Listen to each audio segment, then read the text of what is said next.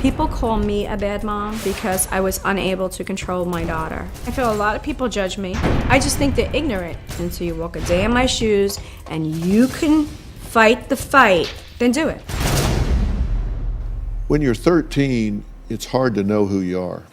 I think she's really confused in some ways because I think she's got this voice inside that is very loud to her that she's really a nice and decent young girl. And it's kind of like she can't really get a lot healthier right now because she's got this image that she thinks is distinguishing her on the internet. Fame is being widely known or recognized for having or doing something important, and infamy is being widely known or recognized for some bad quality or as the result of a shameful or outrageous act. You know, they call it viral. She got a lot of notoriety. And I hear her sitting here talking about actually using that to leverage some anti-bullying messages and stuff. That would be really productive and great for her. I mean, that would be a great thing to do. I think you can see, even as she sat here, she's a different child than she was before. I mean, even as she sat here, she's a different child.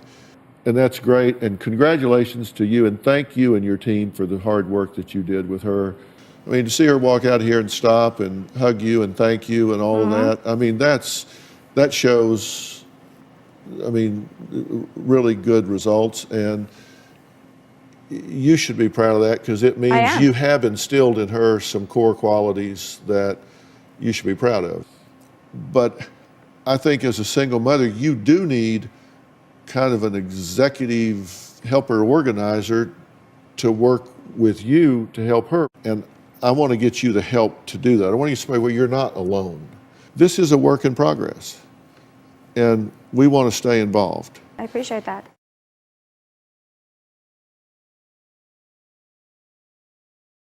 Chief, I got you. When Danielle first got here, she was just this hellstorm of excitement and energy, but also anxiety. She still had her fingernails on and really surprised me how long, how loud everything was. She was very loud in how she was portraying herself. She wanted people to know that they couldn't mess with her.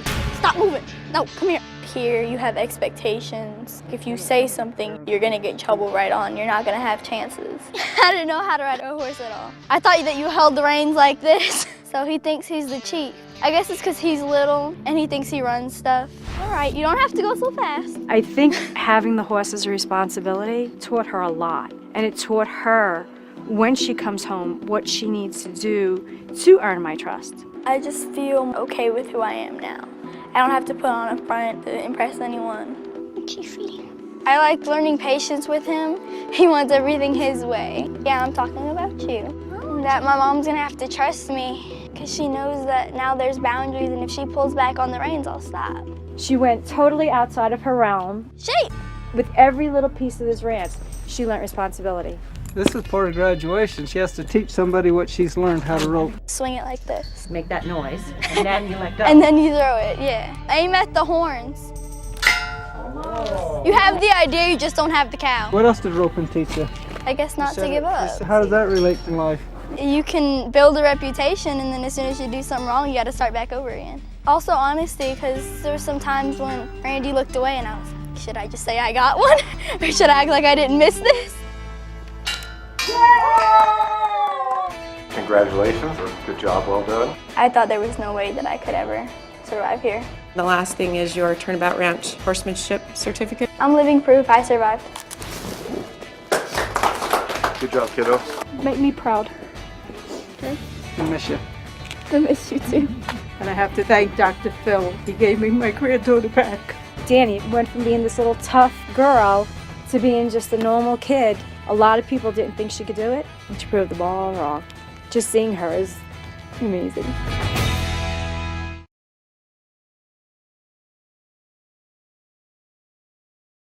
Since Danielle came home from Turnabout Ranch, my life has been stressful. We had made a contract that she was supposed to abide by. The minute we left the ranch, she started to test me. Danielle is not in school right now. She's sleeping all day and she's up all night. The reason why I haven't taken away her phone, whether people agree or disagree with me, is the kid's stuck in this house 24/7. Danielle spends all night on Instagram. Do I like that? No. Without her being in school, what else is she gonna do? She'll drive me nuts. People are out there selling my daughter's pictures, selling Danielle's catchphrase. Should this person make the money or should my daughter make the money? You've got an age. I'm not gonna talk about anything like that. What my daughter does outside of the Dr. Phil show is my daughter's business. People criticize me and say I'm a bad mom. Whether Dr. Phil or anybody thinks I'm right or wrong, I always say, step in my shoes and tell me how you could handle it any differently.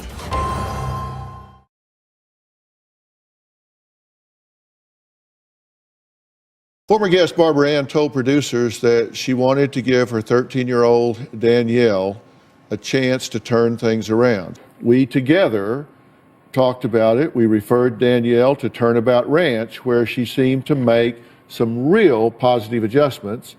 However, since returning home to her mother's care last month, things have taken a turn for the worse from what they were at Turnabout Ranch. When you were at Turnabout, you said that you'd learned or that material things didn't mean as much anymore. That was just a show, damn. That was just so I can get out of there. Let me put it this way. Y'all could put me in a program for 6 years and I'm gonna come out the same person I came in. How is it being back home? I don't know, it's just home. No stripper pole anymore. Where'd it go? It's in that room now. Okay, are we done now? Because I'm done. And I'm not saying it again, so we're done. Okay. We're done. I have questions to ask you, but you kind of don't want to answer them. On to the next subject. I'm not answering no questions by no agent, about no money, no. What do you want to tell Dr. Phil? What I told him last time. Tell him to my What do you want to see happen on the show this time? This time I won't be throwing water at nobody, I'll be throwing hands at somebody. All right, no more cameras. Okay. Hello. What's up, girl? Where's everybody? Have a seat. There's no hose. No, place is empty. You know this guy. Oh, it's Shane's. There's no hose. I thought it would be best if we met alone rather than with an audience full of people. There's no show unless there's hose.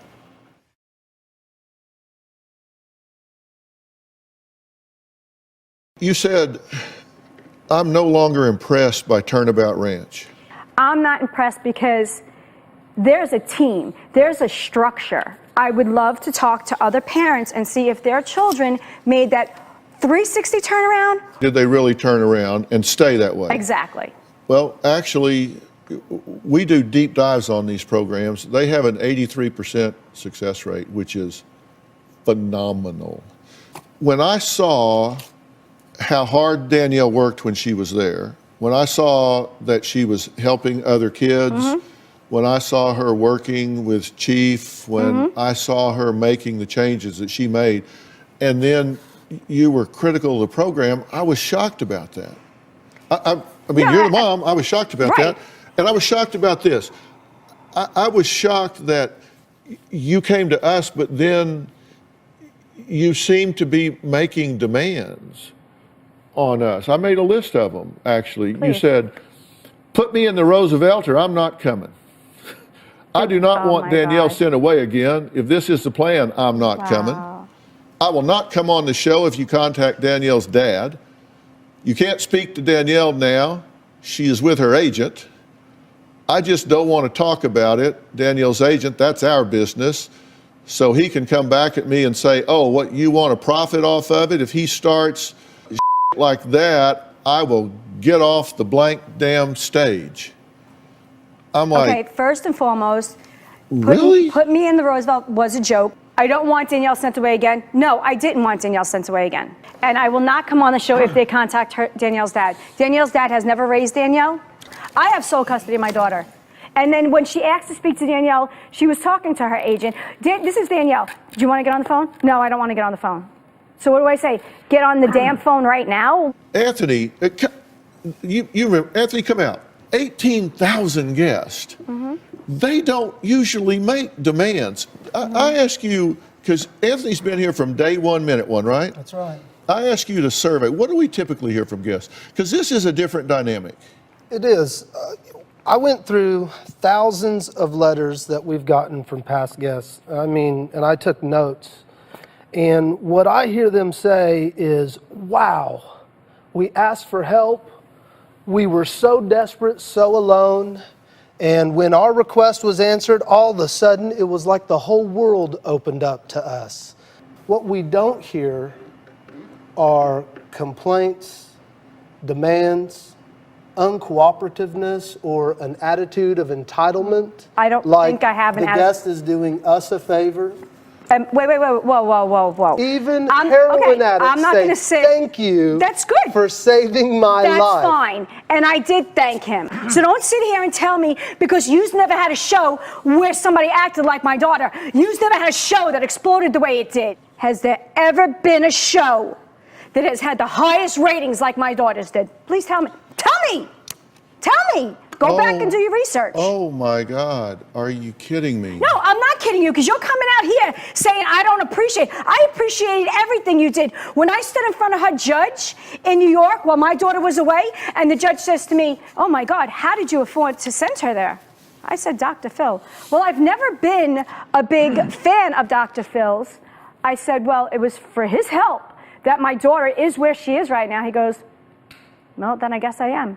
I thank you for that. Why do you interact with people on the internet? That's my problem. I'm a mama bear. You come after my cub, I'm coming after you. You come after my family, I'm coming after you.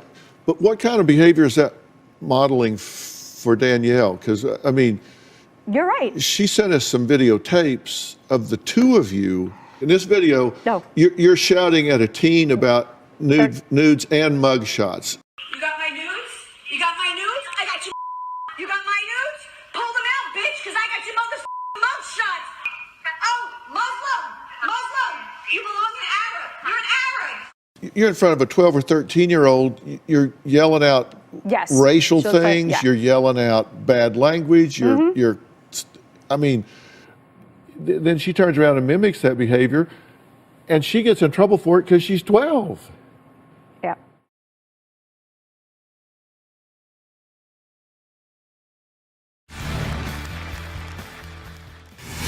After Barbara and Danielle left the studio, they headed to the airport with the plan of flying home. While boarding, an argument erupted between Barbara Ann, Danielle, and another passenger. The police were called, and all three were escorted off the aircraft. Now, TMZ obtained footage of the incident, and here is what Danielle told us about what happened on board. My mom was trying to help another customer get into her seat. This lady came pushing my mom, trying to run my mom over with the luggage. She said, oh, catch me outside. How about that? Oh, catch me outside!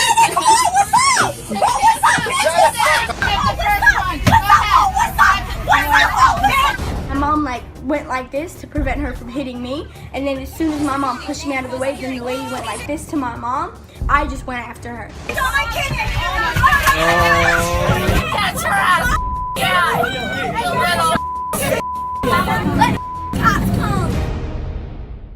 We also reached out to Spirit Airlines, who gave us the following statement.